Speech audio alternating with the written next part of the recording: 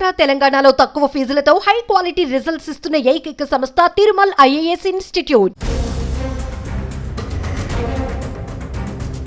దొంగల దెబ్బకు ఒక రోజంతా పట్టణం బంద్ అయింది. న్యూ ఇయర్ వేడుకలను జరుపుకోవాల్సిన ఆ పట్టణంలో వేడుకలు రద్దయ్యాయి. దేశమంతా నూతన సంవత్సర వేడుకల్లో మునిగిపోతే ఆ గ్రామంలో మాత్రం ఆగ్రహావేశాలు రగిలిపోయాయి. ఇంతకు ఆ పట్టణంలో ఏమైంది? న్యూ ఇయర్ వేడుకలు ఎందుకు రద్దు చేశారు? నిర్మల్ జిల్లా బైంసాలో వివాదాస్పదంగా మారిన నాగదేవత ఆలయ చోరీ ఘటనను పోలీసులు 48 గంటల్లో ఛేదించారు. దొంగల చోరీ సమయంలో ఆలయ పాక్షికంగా ధ్వంసం కావడంతో ఆగ్రహం వ్యక్తం చేసిన బైంసా భక్తజనం హిందూ సంఘాల పట్టణ బంద్కు పిలుపునిచ్చారు. గత ఏడాది డిసెంబర్ 31న ఘటన జరగగా జనవరి 1న బైంసా పట్టణం బంద్కు పిలుపునిచ్చాయి హిందూ సంఘాలు. దీంతో ఘటనను సీరియస్ గా తీసుకున్న బైంసా పోలీసులు నిర్మల్ జిల్లా ఎస్పీ జానకి షర్మిల ఆదేశాలతో లోతుగా దర్యాప్తు చేసి కేవలం 48 గంటల్లోనే కేసును ఛేదించారు.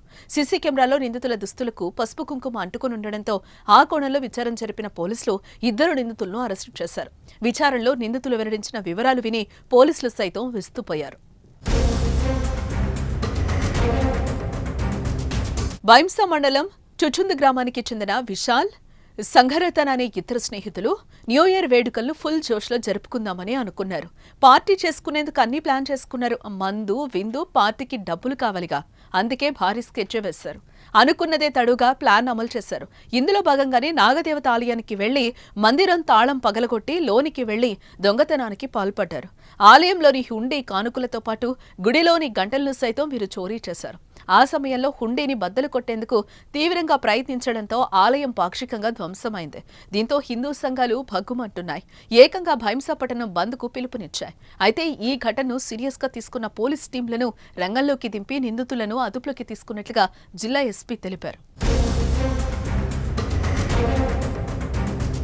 బైంసా రూరల్ మండలానికి సంబంధించిన కుంచూర్ విలేజ్కి కానిస్టేబుల్ వీళ్ళు.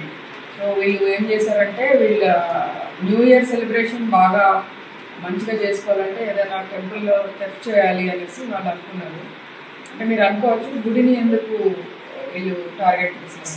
యాక్చువల్లీ అఫెండర్స్ డిఫరెంట్ ఎంబోస్ ఉంటారు. హౌస్ బ్రేకింగ్ ఎంబోస్ చేసేవాళ్ళు, అంటే ఇంటి దొంగతనాలు చేసేవాళ్ళు, చైన్ స్నాచింగ్ చేసేవాళ్ళు, దారి దోపిడీ చేసేవాళ్ళు, అలాగే టెంపుల్ చేసేవాళ్ళు ఉంటారు సెపరేట్గా. వాళ్ళు అవే చేస్తూ ఉంటారు. సో అందుకని ఫస్ట్ వాళ్ళు ఈ గడ్డెన బాగుకి వెళ్ళే దారిలో హనుమాన్ టెంపుల్ ఒకటి కదా పెద్దది, అది చేద్దామని వెళ్ళారు. అక్కడ వీలుగా లేదు.